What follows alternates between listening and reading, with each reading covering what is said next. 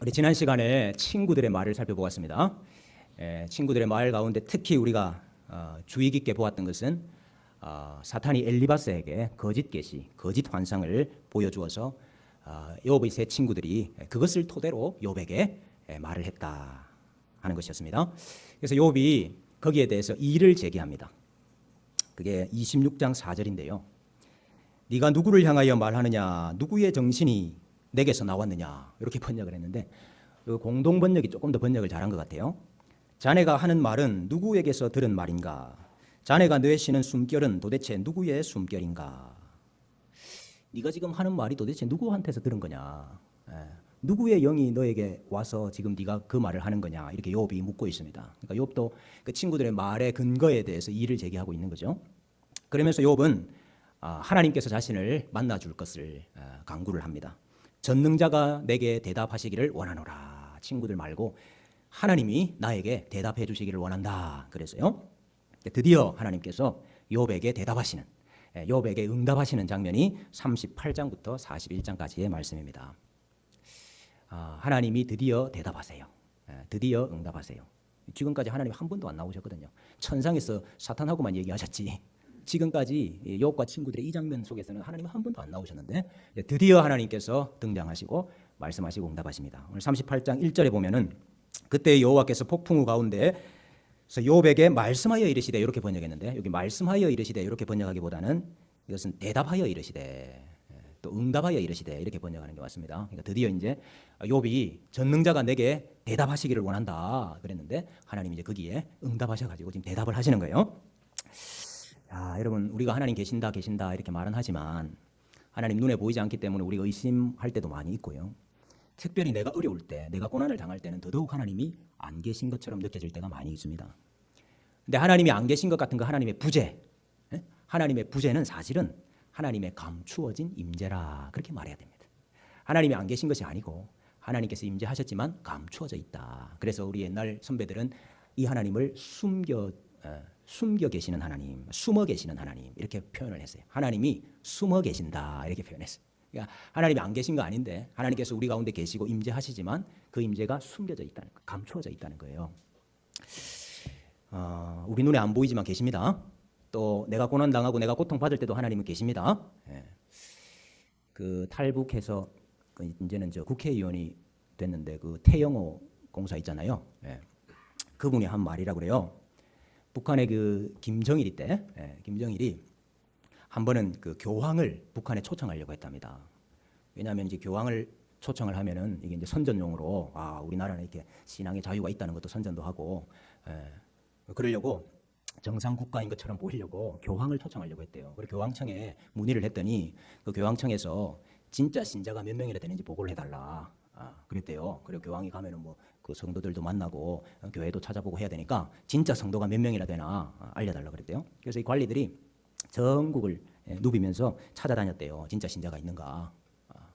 어느 시골에 갔는데 할머니를 만났는데 이 할머니가 신앙이 있는 분이었어요. 그래 이 관리가 물었답니다. 이 할머니 교회도 없는데 어째 이래 신앙을 계속 지키고 있습니까? 물었더니 그 할머니가 한 번 마음에 들어온 하나님은 절대 떠나지 않습니다. 그랬대요. 한 번 마음에 들어온 하나님은 절대 떠나지 않습니다. 그래 이 보고를 받은 김정일이가 너무 놀라가지고 교황 초청 행사를 취소했대요. 너무 무서워가지고. 와, 한 번 들어온 하나님 절대 안 나간다는데. 여러분 우리 속에 계신 하나님 떠나지 않습니다. 한 번 들어온 하나님은 사라지는 법이 없어요. 아무리 암울한 상황 속에서도 신자는 하나님이 나와 함께 하신다 하는 이 믿음으로 이기는 거죠. 어거스틴도 고백하기를 그 고백록에서 이렇게 말했어요. 하나님 발견되지 않는 중에 발견되게 하소서. 이랬어요. 하나님 발견할 수 없지만은 그 가운데서 하나님 발견할 수 있게 해달라 그랬습니다. 자, 언젠가는 하나님께서 숨어 계시던 하나님께서 언젠가는 나타나시고 또 우리에게 응답하시고 우리에게 보이시고 우리에게 대답하실 날이 있다 하는 거예요. 근데 문제는 하나님이 대답을 하시기는 하시는데 하나님이 응답을 하시기는 하시는데 무슨 말을 하고 싶으신지를 모르겠다는 거예요. 이 하나님의 대답이 하나님의 응답이 이해가 잘 안 돼요. 이게 지금 이해가 잘 안 된다는 그 답답함을 깨달으시려고 그러면 38장부터 41장까지 우리가 지금 같이 한번 읽어야 되는데 그럼 지금 도대체 이게 하나님이 지금 무슨 말씀을 하고 싶으신지를 참 이해하기가 참 굉장히 어렵습니다. 왜냐하면은 하나님이 답을 주시는 게 아니고요. 어떤 답을 이렇게 해주시는 게 아니고 질문만 냅다 하시거든요. 여러분 지금 이 네 장 가운데 하나님께서 하신 질문이 총 몇 개인지 아십니까? 몇 개 정도 될 것 같아요? 하나님 대답은 안 하고 질문만 계속 하시는데 질문이 90개입니다. 90개. 90개 질문을 쏟아내신다고요. 욥에게. 그래서 도대체 이 질문을 가지고 하나님이 무슨 말을 하고 싶으냐 우리 이야기가 좀 어렵습니다. 더 놀라운 것은 욥은 하나님이 지금 무슨 말을 하신다는 걸 알아듣고 있다는 거예요. 참 이건 또 더 놀라운 일이에요. 90개 질문을 통해서 욥은 무슨 말씀을 하시는지 알아듣고 있어요. 자, 그래서 오늘 우리가 이 밤에 하나님 욥에게 하고 싶은 말씀이 뭔가요? 하는 제목으로 여러분 오늘 이 시간이 지나면은 하나님께서 욥에게 하셨던 그 90가지 질문 이 4장의 하나님의 대답이 뭐구나 하는 것을 여러분 오늘 다 이해를 하시게 될 겁니다. 3가지 관점으로 좀 말씀을 드릴 건데요. 첫째는 하나님의 신비라는 관점이에요. 하나님의 신비. 둘째는 하나님의 애차. 애차라는 것은 계획, 경영, 이치, 섭리 그런 단어거든요. 하나님의 애차라는 관점에서 마지막 3번째는 하나님의 미시파트라는 관점. 이 미시파트라는 건 하나님의 의, 공의를 말하는 것인데 그 관점으로 좀 살펴보려고 합니다. 자, 첫째는 하나님의 신비라는 관점이죠. 여러분 우리 이 욥기의 중요한 주제 중에 하나가 하나님의 신비라. 이것은 우리 첫째 시간, 둘째 시간 했잖아요. 여러분 하나님의 신비 이걸 한마디로 말하면은 한 문장으로 말하면 뭐라 그랬습니까? 하나님의 이 대답을 한 문장으로 줄이면은 네가 알지 못하는 것이 뭐라고요? 네? 천지백갈이다. 한 문장으로 이 하나님께서 하신 답을 하나님의 신비라는 측면에서 대답하면은 네가 알지 못하는 것이 천지백갈이다. 그렇죠? 네가 대답할 수 있겠느냐? 하나님 계속 물으세요. 네가 대답할 수 있느냐? 욥이 대답을 못하죠. 나를 넘어선 신비. 여러분 예수님이 하나님의 비밀이라 그랬습니다. 예수님이 하나님의 비밀이라고 했는데 그 미스테리온이라는 단어인데 미스테리온 단어는 신비라는 말이에요. 그 비밀이라는 말보다는 신비라 이렇게 번역해야 더 맞아요. 미스테리온 여기서 미스테리가 나왔고 예수님이 미스테리예요. 예수님이 하나님의 미스테리라고. 그 우리가 이해할 수 없는. 여러분 우리의 모든 구원의 과정, 구원의 섭리 이것도 미스테리잖아요. 신비잖아요. 그래서 칼빈이 하나님의 은밀한 지혜의 신비다 이렇게 말을 했어요. 하나님의 구원의 모든 여러분 예정이라는 거, 선택이라는 것이 신비고 예수님의 성육신이라는 것이 신비고 우리를 구원하기가 가시는 그 모든 방식이 다 신비로운 거 아니에요. 우리가 다 어떻게 이해를 다 할 수 없죠. 그래서 인간이 해결할 수 없는 수수께끼가 있다 하는 거. 그래서 우리는 늘 하나님께 여지를 둬야 됩니다. 하나님께 여지를 둬야 됩니다.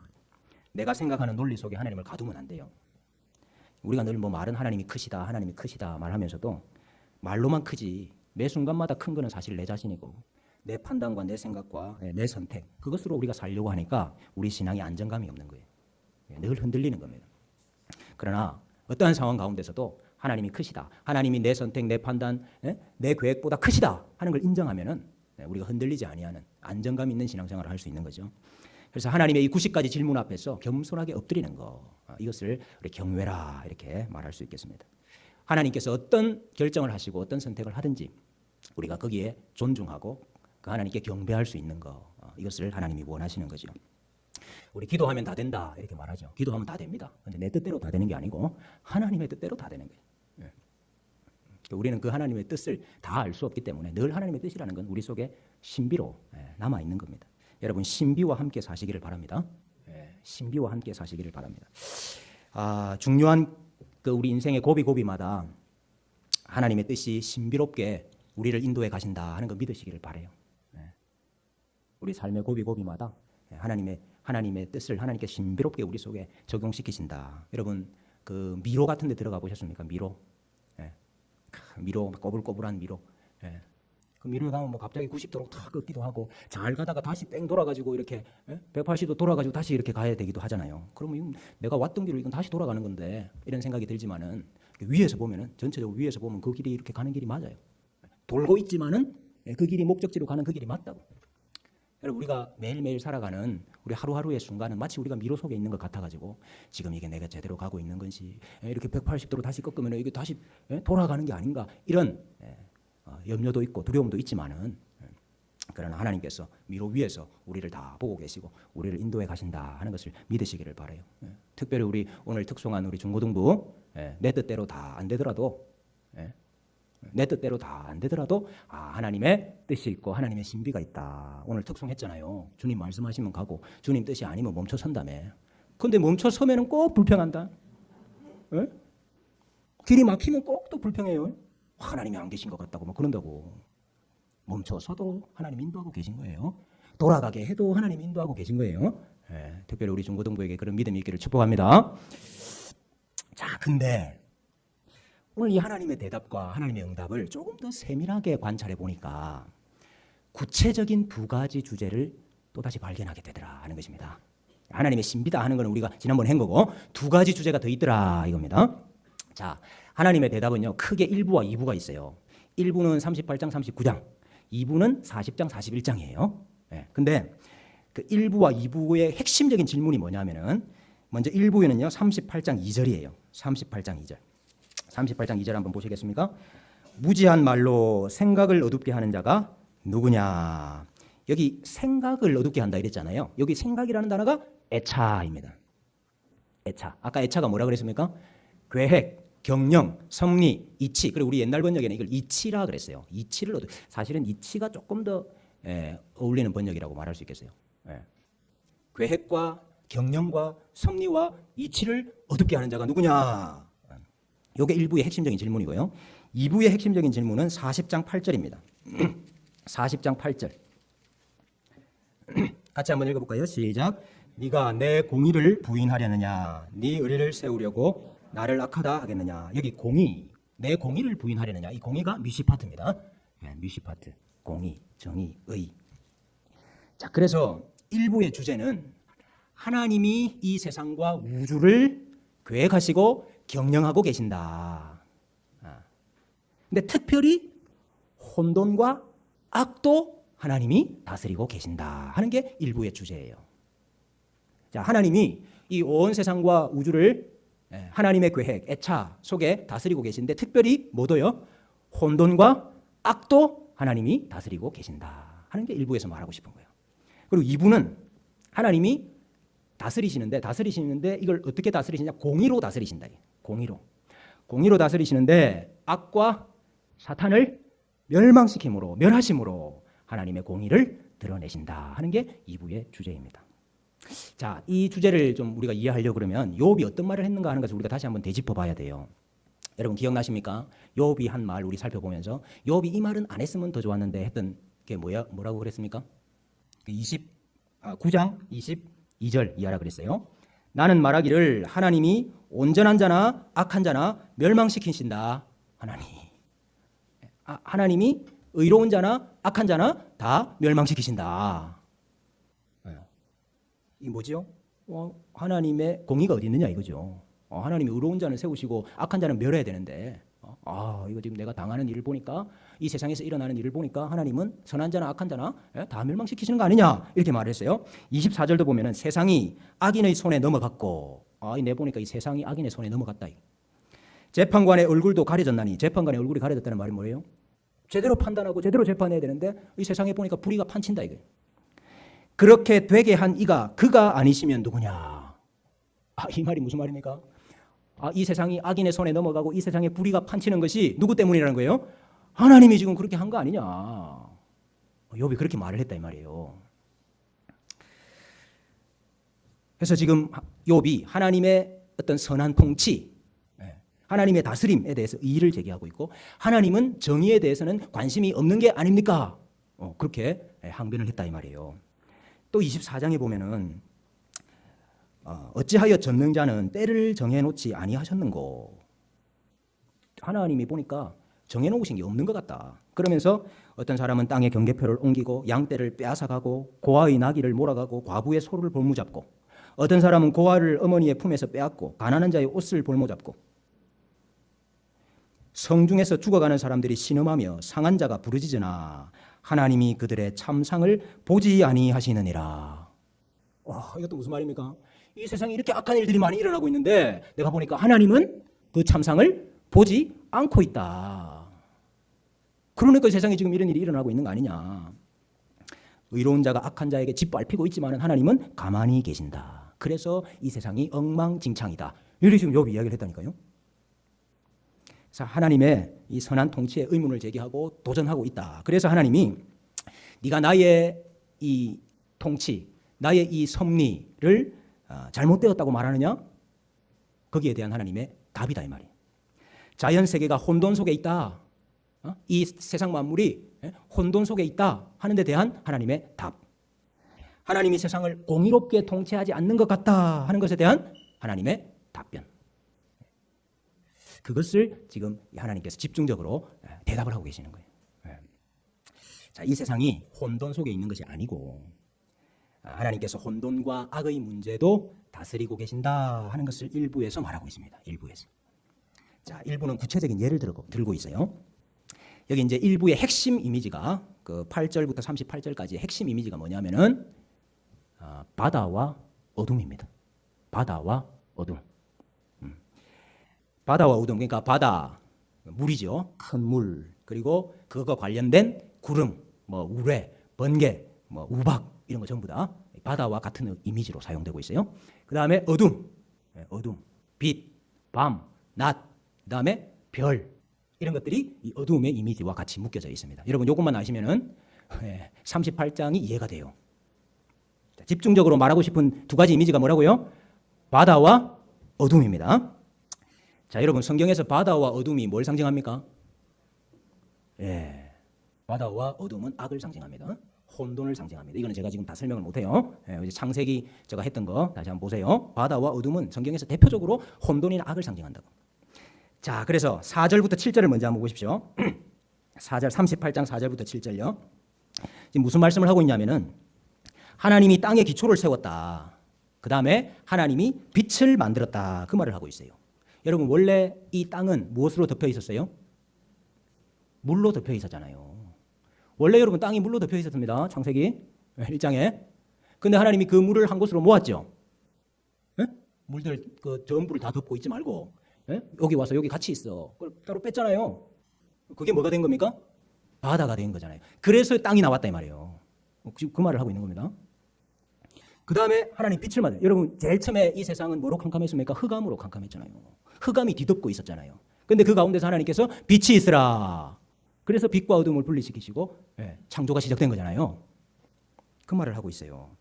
그러니까 하나님이 바다와 어둠을 땅과 빛으로 나누었다 하는 것을 먼저 이야기를 지금 하고 있는 거예요.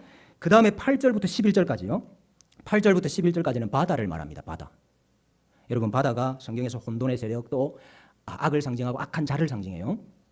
그런데 이 바다가 터져 나올 때 하나님께서 그것을 문으로 가두었다 그렇게 말하고 있어요. 문을 딱 둬가지고 바다가 다 이렇게 터쳐 나오지 못하도록 막았다 이렇게 말하고 있어요. 그리고 그 물을 담기 위해서 옷을 보자기를 강보를 만드셨는데 그 강보가 뭐냐면은 구름이다 이렇게 말하고 있어요. 구름으로 그 물들을 하나님이 다 받았다 이 말이에요. 그리고 그 바다의 한계를 정하시고 문빗장을 질렀다. 자, 여러분 이게 지금 하나님 무슨 말을 하고 싶으신 겁니까? 이게 질문 형식이지만 이게 질문 형식으로 묻는 거지만 하나님 지금 하고 싶은 말이 뭐죠?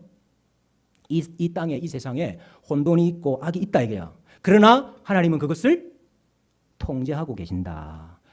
허용하시지만 어느 정도 허용하시고 계시는 것이고 통제하고 계시는 것이고 하나님께서 땅을 그 물로부터 지키고 계신다 하는 이야기를 하고 있는 거예요. 이게 하나님의 뭡니까? 애차입니다. 애차. 하나님의 계획, 하나님의 명령, 하나님의 섭리, 하나님의 이치 안에서 일어나고 있는 일이다. 이걸 이야기하는 거예요. 그 다음에 12절부터 15절은 어둠과 빛을 말하고 있습니다. 어둠과 빛. 성경에 이름은 어둠, 밤. 이게 다 악이고 악한 자를 상징하는 거죠. 근데 하나님이 아침에게 명령해가지고 밤을 끝내신다 이렇게 말하고 있어요. 아침에게 아침아 오라 이렇게 명령을 해가지고 밤을 끝내신다고. 그리고 새벽아 들어오라. 그리고 새벽이 들어올 자리를 마련해 주신대. 아니, 새벽에 와야 어둠이 물러갈 거 아닙니까? 그 하나님이 새벽이 들어오는 자리를 마련해 주신다고. 그래서 악인을 땅에서 떨쳐버리신다. 그래요? 이 직접적으로 말하고 있잖아요. 여러분 이 어디 나옵니까? 악인을 땅에서 떨쳐버린다는 거? 어디 있죠? 13절에 그것으로 땅끝을 붙잡고 악한 자들을 그 땅에서 떨쳐버린 일이 있었느냐. 15절 악인에게는 그 빛이 차단되고 그들의 높이 든 팔이 꺾이느니라. 보세요. 이 지금 어둠을 몰아내는 거잖아요. 새벽을 불러서 아침을 불러서 어둠을 몰아내는 것을 악인을 물리치는 걸로 이야기를 하고 있다고 하나님이. 비슷한 말씀이 계속 이어지는 거예요. 17절에도 보면은 하나님은 사망의 문, 사망의 그늘진 문도 통제하고 계십니다. 그 다음 19절에도 하나님은 광명이 있는 곳, 흑암이 있는 곳으로 인도하신다. 그 모든 것을 인도하시는 것이 하나님이다. 이렇게 말하고 있어요. 그 욥은 말할 때 하나님이 물을 제대로 통제하지 못한다 그렇게 말했어요. 네. 그래서 하나님이 물을 막아버리니까 가뭄이 되고 하나님이 물을 주시니까 홍수가 납니다. 이렇게 말했어요. 하나님이 도대체 물을 제대로 통제를 못하시는 거 아닙니까? 이렇게 말했다고요. 그게 12장 15절에 나와요. 그가 물을 막으신즉 곧 마르고 물을 보내신즉 곧 땅이 뒤집힌다. 물을 안 주면은 가뭄이고 물을 주면 홍수고 이렇게 말을 했는데 25절 이하에 보면은 누가 홍수를 위하여 물길을 터주었느냐. 그 홍수가 나게 하는 것도 하나님 통제를 제대로 못해서가 아니고 하나님이 관심 없이 그냥 가만히 놔두기 때문에 그런 일이 일어나는 것이 아니고 하나님이 물길을 터줬기 때문에 홍수도 나는 거다 이렇게 이야기하는 거라고. 그리고 사람이 없는 땅, 사람이 없는 광야에도 거기 물을 주신다 하나님은. 그래서 사람이 알지 못하는 각종 식물과 동물도 그 땅에서 살고 있다.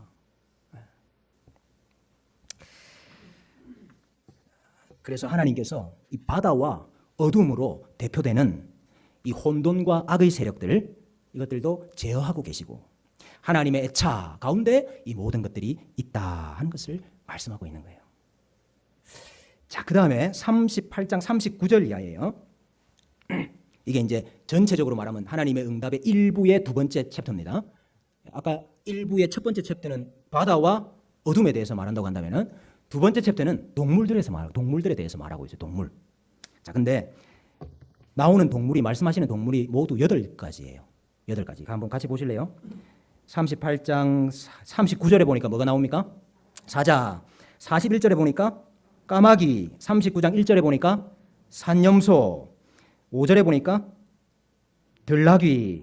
9절에 보니까 들소. 13절에 타조. 19절에 말. 26절에 매, 독수리. 8가지 동물에 대해서 말씀을 하세요. 근데 여러분 이 8가지 동물의 공통점이 있습니다. 공통점.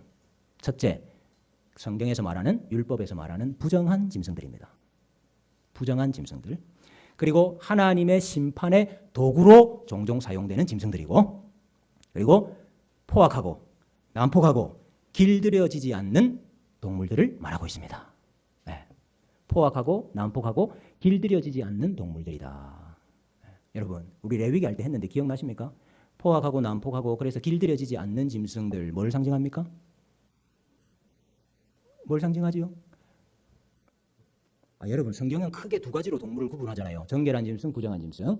그다음에 집에서 키우는 집 짐승이 있고 야생 짐승이 있잖아요. 들 짐승. 이게 제어가 되느냐 제어가 안 되느냐의 차이거든요. 보통 제어가 안 되는 게 부정한 짐승들이에요. 제어가 되는 게 정결한 짐승들이 많고. 여러분 뭘 상징한다고 그랬습니까? 의인과 악인을 상징하는 거예요. 이스라엘 백성과 가나안 백성을 이야기하는 거예요. 이방인들 상징하는 겁니다. 그러니까 여러분 이 난폭하고 포악하고 길들여지지 않는 짐승들 있잖아요. 야생동물들. 그것들은 주로 다 악인들이나 이방인들을 상징합니다. 성경에서. 여러분 그 관점으로 지금 이 본문을 보셔야 돼요. 자, 먼저 사자하고 까마귀가 나오잖아요. 사자, 물론 사자가 다 마찬가지입니다만은 그 긍정적으로 사용될 때가 있습니다만은 지금 여기서는 부정적으로 사용되고 있는 거예요. 포악하고 강포하고 입에 든 것을 다 부서뜨려 버리는 가장 힘센 사자. 심판의 도구로 종종 사용되잖아요. 예언서에 보면은 까마귀도 여러분 하나님의 심판의 도구로 사용됩니다. 부정한 짐승입니다. 그래서 그 까마귀가 네 고기를 먹을 것이다. 네가 죽어가지고 까마귀가 와가지고 너를 뜯어먹는다. 이게 굉장히 그 저주잖아요, 하나님의. 여러분 들염소, 산염소라는 건 들염소를 말하는 거예요. 들염소, 들나귀, 들소 이게 다 뭡니까? 제어되지 아니하는, 사람이 제어할 수 없는, 길들여지지 않은, 통제하지 못하는 제멋대로인. 그래서 이 부정한 자들, 악한 자들을 상징하고 있는 거예요. 그 다음에 타조, 말, 매 이것은 이 거칠 것이 없는 난폭한 것을 지금 말하고 있어요. 거칠 것이 없는 난폭한 거. 그래서 무서운 것들이고 이게 역시 하나님의 심판의 도구로 사용됩니다. 타조가 뭐가 난폭하고 거칠고 뭐 무섭냐 이렇게 말할지 모르지만은 이게 얼마나 포악한지 자기 새끼도 이게 밟아버려요. 어디 나옵니까? 39장 16절 보세요. 39장 16절. 그 새끼에게도 어떻게 대한다고요? 모질게 대한다. 제 새끼가 아닌 것처럼 대한다. 보통 자기 새끼는 다 예뻐하는데 맹수들이라 해도 근데 이 타조는 자기 새끼도 모질게 대하고 자기 새끼가 아닌 것처럼 대하고 그리고 얼마나 이 의기양양한지 말과 그 위에 탄 자도 우습게 여긴다. 18절에. 네. 타조가 말이죠. 말도 우습게 여긴대요. 얼마나 의기양양한지. 네. 그리고 말이 나오죠. 말. 특히 여기서는 말은 한번 읽어보십시오. 전쟁에 사용되는 말을 말하는 거예요. 이게 군마입니다. 군마. 네. 전쟁에 나가는 말을 지금 말하는 거예요. 그러니까 여러분 이 말은 어떤 말입니까? 그칠 게 없는 거예요. 네. 이 막을 것이 없는 힘을 말하는 거죠. 그 여러분 이 군마가 말 밟고 지나가는 이게 하나님의 심판을 또 상징하지 않습니까? 매, 독수리 이거 말할 것도 없죠. 뭐. 그래서 그 매나 독수리들은 새끼들도 피를 좋아하고 시체가 있는 곳에는 독수리가 있다. 그게 39장 30절에 나와요. 자, 그러니까 이 모든 것이 뭘 말하고 있는 거냐? 이 8가지 동물이 뭘 지금 하나님이 보여주고 싶으냐면 포악하고 난폭하고 길들여지지 아니하는 악한 세력들, 악인들, 또 혼돈의 세력들 이런 것들조차도 너는 모르지만은 너는 제어할 수 없지만은 나는 알고 있고 나는 제어한다. 이게 지금 하나님의 말씀인 거예요. 대답인 거예요. 하나님께서는 이 모든 것들을 다 알고 계시고 그것들이 여전히 활동하고 있지만은 하나님이 허용하고 계시고 여러분 사자가 그 사슴을 잡아먹잖아요. 근데 그 하나님이 허용하고 계시잖아요. 그러나 하나님이 네가 말한 것처럼 아무 일도 안 하는 것처럼 그냥 그 모든 것들을 내버려 두고 있는 게 아니다 이 말이에요. 욥은 자기가 너무 큰 고통을 당하고 있으니까 하나님이 그냥 이 온 세상을 그냥 내버려 두고 계시는 거 아니냐 이렇게 말했지만 하나님이 아무 일 하지 않고 내버려 두고 있는 게 아니다. 하나님이 질서를 잡고 있다. 그것이 하나님의 애차다. 하나님의 계획이다. 네가 어떻게 어리석은 말로 하나님의 애차를 어둡게 하느냐. 이게 하나님의 질문이에요. 요제예요. 여러분 이 세상에 악한 세력이 다 득세하고 있는 것 같지만은 그 모든 것들이 다 하나님의 애차, 하나님의 통제 아래, 하나님의 계획과 하나님의 섭리 아래 있다 하는 것을 믿으시기를 바랍니다. 우리에게 일어나는 모든 일들도 그것이 악한 일, 그게 나쁜 일, 괴로운 일, 고통이라 할지라도 우리에게 일어나는 모든 일들도 하나님의 애차 속에 있다 하는 걸 믿기를 바랍니다. 우리 중고등부도 나에게 일어나는 모든 일, 그게 안 좋은 일, 괴로운 일, 어려운 일, 힘든 일이라 할지라도 그 모든 것들도 다 하나님의 애차 속에 있다 하는 걸 믿기를 바랍니다. 그게 하나님이 1부에서 하시는 말씀, 대답이에요. 자, 2부로 한번 넘어가고 있습니다. 2부는 아까 네가 내 공의를 부인하려느냐 그랬잖아요. 공의, 뮤시파트. 그러니까 1부에서는 하나님께서 이 혼돈과 이 세상의 악도 다스리고 통제하고 계신다라고 했다면은 2부에서는 하나님께서 이 혼돈과 악을 결국에는 멸하셔서 심판하셔서 하나님의 공의를 나타내시겠다 하는 것을 지금 말씀하고 계세요. 자, 근데 이 세상에 있는 악과 이 세상에 있는 혼돈의 배후에 그 배후에 뭐가 있느냐? 바로 짐승과 용이 있습니다. 그걸 지금 2부에서 말씀하고 있어요. 1부에서는 이 세상의 악과 혼돈에 대해서 말했다고 한다면 2부에서는 그 배후에 있는 그 배후에서 그 모든 것들을 조종하고 있는 뭐가 있다고요? 짐승과 용이 있다. 뱀이 있다. 이 말씀을 하고 있습니다. 자, 그래서 2부 하나님의 대답의 구조를 보면은 40장 9절부터 14절이 하나님이 싸우신다 하는 말을 해요. 전사로서의 하나님, 싸우시는 하나님을 말해놓고 뭐하고 싸우시느냐? 40장 15절부터 24절까지 짐승과 싸우십니다. 그 짐승이 이름이 뭐예요? 베헤못입니다. 베헤못. 그 다음 또 뭐와 싸우시느냐? 41장에 나와요. 그 이름이 뭡니까? 리워야단입니다. 리워야단. 그걸 우리가 뱀이다, 용이다 이렇게 말할 수 있습니다. 자, 먼저 짐승을 한번 볼까요? 15절에 보니까 소처럼 풀을 먹는 베헤못을 볼지니라. 베헤못. 여러분 이 짐승은 어떤 짐승과도 비교할 수가 없어요. 얼마나 힘이 세고 얼마나 강력한지 인간이 절대로 정복할 수가 없어요. 40장 24절에 보면 그것이 눈을 뜨고 있을 때 누가 능히 잡을 수 있겠으며 갈고리로 그것의 코를 꿰 수 있겠느냐. 이게 사람이 도저히 그 짐승을 잡을 수가 없다 이 말이죠. 하나님만 잡으실 수 있어요. 40장 19절 한번 보십시오. 40장 19절. 자, 40장 19절 같이 한번 읽어보겠습니다. 시작. 그것은 하나님이 만드신 것 중에 으뜸이라. 그것을 지으시니가 자기의 칼을 가져오시기를 바라노라. 하나님만이 잡을 수 있어요. 이 짐승은. 자, 여러분, 이 짐승이 뭘 말하는 것이며 이 베헤못이 무엇을 말하는 것입니까? 하마나 뭐 코끼리나 이거 말하는 거 아닙니다. 지금 이 베헤못은 무엇인가를 상징하고 있습니다. 여러분, 성경에서 짐승이 사탄의 권세를 받은 악한 왕이나 악한 권세자들을 상징할 때가 얼마나 많습니까? 짐승. 아이고, 이것도 내가 다 지금 하나하나 다 설명 못하는데, 대표적으로 여러분, 성도를 박해하고 성도를 괴롭히는 그 악한 권세자들, 악한 왕들, 그걸 짐승으로 상징한 성경이 어디입니까? 우리 최근에 했던 것 중에 하는 건데, 주일 낮에 했던 우리 성경 중에 하나인데, 짐승이 성도를 괴롭히고 성도를 괴롭게 하는 왕이나 권세자들을 상징한다 하는 거 나왔던 게 무슨 성경이었습니까? 주여, 무슨 다니엘. 다니엘서에 그게 천지잖아요. 그 말씀이. 이 복습을 또 한번 해야 되겠네. 다니엘 7장에 보면 내 짐승이 나오죠. 다니엘 7장에 내 짐승이 나오잖아요. 바람이 바다로 들어갑니다. 바다로. 내 바람이 바다로 들어가니까 바다에서 내 짐승이 나와요.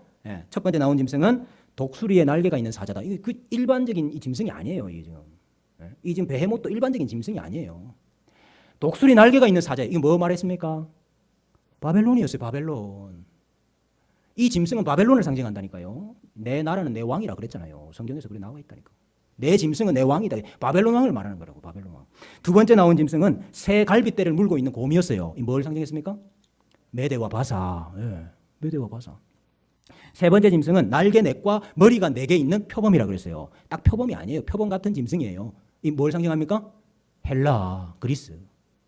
마지막에 짐승은 철로 된 큰 이가 있고 10뿔이 있는 무시무시한 특이한 짐승이라 그랬어요. 이건 뭘 상징했습니까? 로마거든요. 여러분, 여기 이 짐승, 이 베헤못이 뭐냐? 어떤 사람도 이길 수가 없는 그 짐승이 눈 뜨고 있을 때는 아무도 잡을 수가 없대요. 그러나 하나님만이 잡을 수 있는 이 짐승, 뭘 말하는 겁니까? 이 세상의 악한 권세자들, 악한 왕들, 그 세력들을 지금 대표하고 있는 거예요. 이 짐승은. 하나님이 이것을 보여주면서 이거 누가 잡을 수 있냐? 그것조차도 만드신 하나님께서 자기 칼로 그것을 잡으실 수 있다 하는 걸 보여주고 있는 거예요. 자, 여러분, 이어서 그 짐승을 조종하는 더 큰 세력이 나와요. 그 더 큰 세력이 뭐냐면 리워야단이요. 41장 전체가 리워야단에 대해서 말하고 있어요. 33절부터 34절, 41장 33절부터 34절 한번 보실래요? 같이 한번 읽어보십시다. 41장 33절 34절 시작. 세상에는 그것과 비할 것이 없으니 그것은 두려움이 없는 것으로 지음 받았구나. 그것은 모든 높은 자를 내려다보며 모든 교만한 자들에게 군림하는 왕이니라. 모든 높은 자, 모든 교만한 자들을 베헤못이라고 한다면은 그 위에 군림하고 있는 것이 리워야단입니다. 그 위에 군림하고 있는 게 뭘까요? 여러분, 이 리워야단은 악어도 아니고요. 이 리워야단은 고래가 아닙니다. 성경에서 옛뱀, 또 붉은 용, 사탄이라고 말하는 것입니다. 이게 이사야 27장 1절에 보니까 그날에 여호와께서 그의 견고하고 크고 강한 칼로 날쌘 뱀, 날랜 뱀 리워야단 곧 꼬불꼬불한 뱀 리워야단을 벌하시며 바다에 있는 용을 죽이시리라. 이 하나님께서 사탄을 이기시고 사탄을 물리치신다는 이것을 날랜 뱀 리워야단, 꼬불꼬불한 뱀 리워야단을 벌하시고 바다에 있는 용을 죽이시겠다. 이렇게 묘사하고 있어요. 그래서 여러분, 이 베헤못이 아까 앞에 말했던 짐승이 성도를 박해하는 악한 세력이라고 말한다면은 리워야단은 그 악한 세력을 뒤에서 조종하는 큰 뱀, 옛 뱀, 용, 붉은 용, 사탄을 말하고 있는 거예요. 그 계시록에도 보면 나오죠. 계시록 13장에도 보면은 바다에서 한 짐승이 나오는데 바다에서 짐승이 나옵니다. 거기도 똑같이. 막 이 짐승도 10뿔이 있고 막 그래요. 근데 용이 자기의 능력과 보좌와 큰 권세를 그에게 주었더라. 짐승이 나오는데 짐승은 누구로부터 권세를 받아요? 용으로부터 권세를 받아요. 그래서 계시록 13장 3절에 4절에 보면 용이 짐승에게 권세를 주므로 이렇게 돼 있다. 여러분 이 세상의 악한 나라들, 악한 왕들, 위정자들, 악한 권세들은 뒤에서 누가 권세를 주고 있느냐 하면은 사탄이 그러고 있다 이 말이에요. 그게 지금 리워야단입니다. 그래서 지금 하나님께서 욥에게 진짜 대적이 누구냐 하는 걸 보여주고 있는 거예요. 진짜 대적이 누구냐 하는 것을 보여주고 있는 거예요. 욥의 고통 뒤에도 뭐가 있었습니까? 사실은 사탄이 있었던 거 아니에요. 욥의 고통 배후에도 사실은 사탄이 있었던 거예요. 엘리바스에게 거짓 환상과 거짓 계시를 보여주는 것도 사실은 사탄이었어요. 그래서 하나님께서 욥에게 결국에는 내가 그것들을 무찌를 것이다 하는 것을 말씀하고 있는 겁니다. 너는 그것을 무찌를 수 없지만은 네 손을 그것에게 얹어보라. 다시는 싸울 생각도 못하리라 그랬어요. 네 손을 그 위에 올려보라. 네가 다시는 싸울 생각도 못하리라 그랬다. 용을 잡을 수 있는 사람이 아무도 없다 이거예요. 그러나 내가 그것들을 무찔러 주리라 하는 하나님의 약속인 거예요. 언제 어떻게 이 악의 세력을 물리치실까 하는 것은 하나님이 말씀하지 않으셨지만은 그러나 악의 세력도 하나님의 통제 아래 있고 하나님의 때에 그 모든 악한 세력들을 사탄과 함께 벌하실 것이다 하는 것이 마지막 욥에게 말씀하신 대답이다 이 말이에요. 자, 그래서 이 말씀을 들은 욥의 반응이 무엇입니까? 아, 욥이 나는 이걸 알아들었다는 게 너무 신기해요. 욥의 반응. 자, 42장 2절부터 3절까지 2절, 3절 한번 읽어보십시다. 시작. 주께서는 못하실 일이 없사오며 무슨 계획이든지 못 이루실 것이 없는 줄 아오니 무지한 말로 이치를 가리는 자가 누구니까. 나는 깨닫지도 못한 일을 말하였고 스스로 알 수도 없고 헤아리기도 어려운 일을 말하였나니라. 여기 무지한 말로 뭐를 가리는? 이치, 애차예요. 애차. 여기는 이치라고 번역해놓고 앞에는 또 생각이라고 했다. 이치예요, 이치. 이게 뭡니까? 하나님이 지금까지 애차를 이야기하신 거예요, 욥한테. 그래서 내가 무지한 말로 하나님의 애차를 어둡게 했습니다. 에? 하나님의 애차를 가렸습니다. 네. 고백하고 있는 거예요, 욥이. 이 모든 혼돈스럽게 보이는 거, 악하게 보이는 이 모든 것들도 하나님의 애차 속에 있습니다 하는 걸 욥이 인정을 했어요. 그 다음에 6절을 한번 보세요. 6절 시작. 그러므로 내가 스스로 거두어 드리고 티끌과 제 가운데에서 회개하나이다. 저도 사실 이번에 이렇게 보면서 새롭게 보게 된 건데요. 여기 지금 내가 스스로 거두어 드리고 티끌과 제 가운데에서 회개하나이다 이랬잖아요. 회개. 이게 지금 니함이라는 단어인데 니함이라는 단어를 두 가지로 번역할 수 있어요. 첫째는 뉘우치다, 회개하다 이렇게 번역할 수 있고 또 하나는 위로받다. 위로받다라고 번역할 수 있어요. 제가 볼 때 여기서 위로받다라고 번역해야 될 것 같아요. 네. 위로받다. 그래서 새롭게 번역하면은 그러므로 내가 했던 모든 말과 생각을 포기합니다. 비록 티끌과 제 가운데 있지만 이제 위로를 받았습니다. 이렇게 번역하는 게 더 옳을 것 같아요. 그 30장 19절에 보면은 나를 티끌과 제 같게 하셨구나. 하나님이 나를 티끌과 제 같게 하셨구나. 이렇게 한탄했는데 하나님의 말씀, 하나님의 응답을 받고 난 다음에 욥이 내가 여전히 티끌과 제 가운데 있지만 이제 하나님의 위로를 받습니다. 이렇게 대답하고 있다 이 말이에요. 여러분, 욥이 왜 위로를 받을까요? 욥이 왜 위로를 받을까요? 하나님이 왜 악과 이 고난의 문제를 단번에 해결해 주시지 않느냐? 그 이유는 알 수 없지만은 모든 것이 하나님의 계획과 경영 아래 있고 하나님의 때가 되면 사탄도 심판하셔서 우리의 모든 악과 고통의 문제를 끝장내 주실 것이기 때문입니다. 그것을 보았기 때문에 욥이 이제는 티끌과 제 가운데서도 위로를 받습니다. 이렇게 말할 수 있는 거예요. 여러분, 이 땅에는 여전히 캄캄함이 있고 어둠이 있고 밤이 있습니다. 그러나 하나님께서 새벽을 오라 부르시고 아침이 들어올 자리를 마련해 주시는 줄을 믿으시기를 바랍니다. 때가 되면 우리에게 있는 모든 어둠도 모든 밤도 이제 물러가라 하시고 새벽아 오라 아침아 오라 하실 때가 있다는 것을 믿으셔야 돼요. 여전히 바다 물결이 요동을 치고 여전히 파도가 사납지만은 하나님께서 그 경계를 딱 정하고 계시고 문 빗장을 다 걸어 잠그고 계시고 그래서 파도가 여전히 거칠고 높지만은 하나님 그것을 제어하고 있다 하는 것을 믿으시기를 바라요. 이 세상에 여전히 수많은 짐승들이 나와가지고 서로 치고받고 서로 자기 힘이 세다고 자랑하는 그게 여러분 이 세상입니다. 그러나 또 그것이 때로는 의인을 공격하고 성도를 괴롭히고 있지만은 하나님께서 그 짐승의 뿔을 꺾으시고 그 짐승도 넘어뜨리실 것이다 하는 것을 믿으시기를 바랍니다.